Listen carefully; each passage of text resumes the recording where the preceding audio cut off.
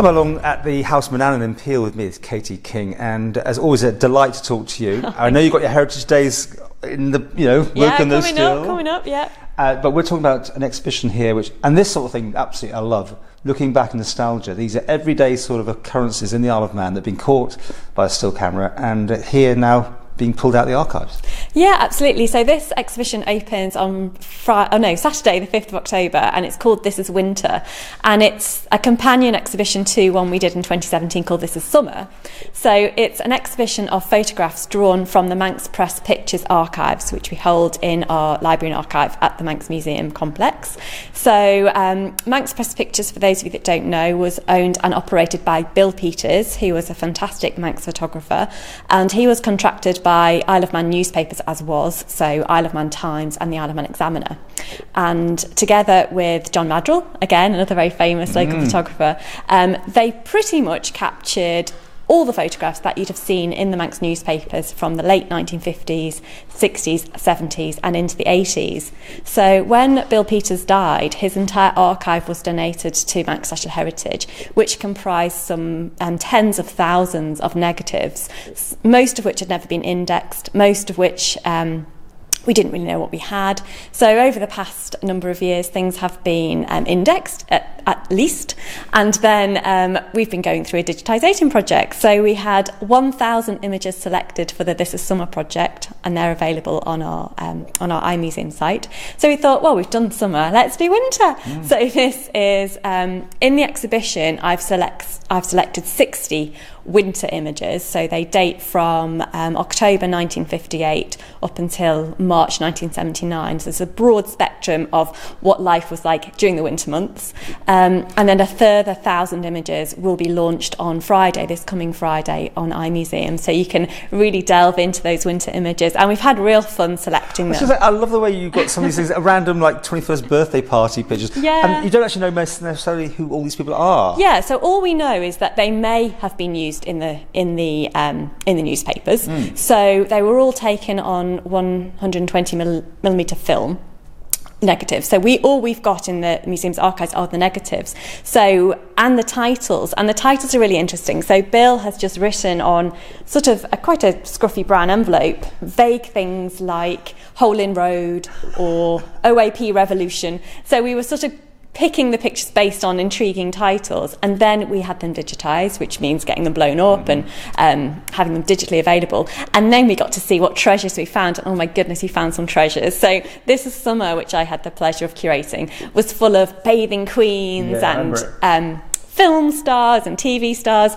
But This Is Winter is really different. It's very local. Big duffel coats are out. Yeah, you've got your duffel coats. And it's real local people. So it's local people enjoying their Christmas parties. We've got a 21st birthday party at the Whitestone over there, which we can't find any information about. So I'm very much hoping people will enjoy that. Well, I was going to say, if people are watching this now and they go, oh, that's my auntie, what's it? Should they get in touch with you? What they should do, they could just put it straight away onto iMuseum. So if they find that photograph on iMuseum, you can just type in who the people are and it will go straight to our database, and it'll be forever linked to that photograph. So it's a real great way of capturing the social history of the Isle of Man.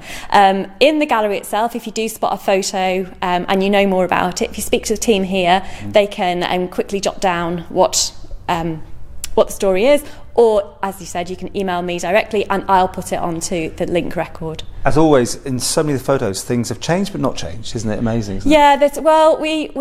Again, in the winter months, things were happening, things were changing, particularly in the 60s on the Isle of Man. So we've got a few images of demolition, actually. So we've got the sea terminal construction and the demolition of Victoria Pier, the original terminal. We've got the demolition of Derby Castle to make way for the Aquadrome and Summerland.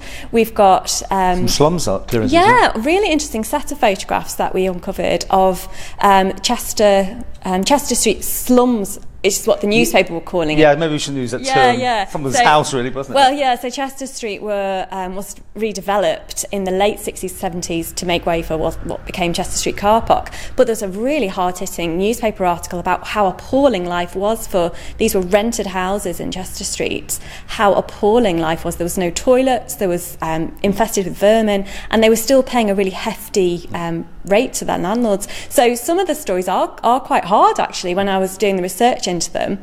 And a similar story up in the South Ramsey development, when they were doing a lot of clearances in Ramsey, again in the late 60s, of this a lady who spent her whole life living in her home, and they're calling it slums, they're calling it, to be knocked down, but she's really emotional in the newspapers saying, I've lived here 86 years, can't you just let me live out my last few years here? Right. I've raised my children here. So there's some quite interesting stories when you strip away from the glamour of the summer holidays that come into the newspapers in the previous exhibition. In this one, it's a bit harder. And in fact, where we're stood now, there's a photograph of the anti-birch campaign.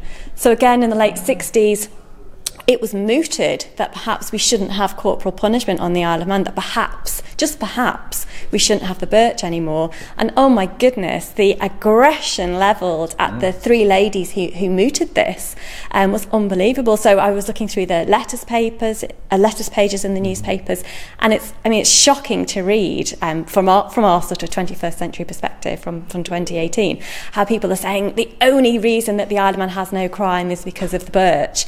And the campaigners were saying, well, we do have crime, and how is birching 11-year-old, 12-year-old boys, how is that stopping them committing crime? So it's a really interesting story, and we can't get into the depth of it in this exhibition, but it certainly triggered me to go and do some more reading, and hopefully when people visit they might feel the same about some of these issues. Okay, well, Saturday it opens here, House Manannan. Is it free? Yes, it's a free exhibition. It's running until March, and like I say, it's partnering with this live launch of the rest of the set of images on iMuseum. So you come down to Peel when you can to see the exhibition, and you can also enjoy online a greater version as well. And you'll definitely be able to spot some people and spot some stories.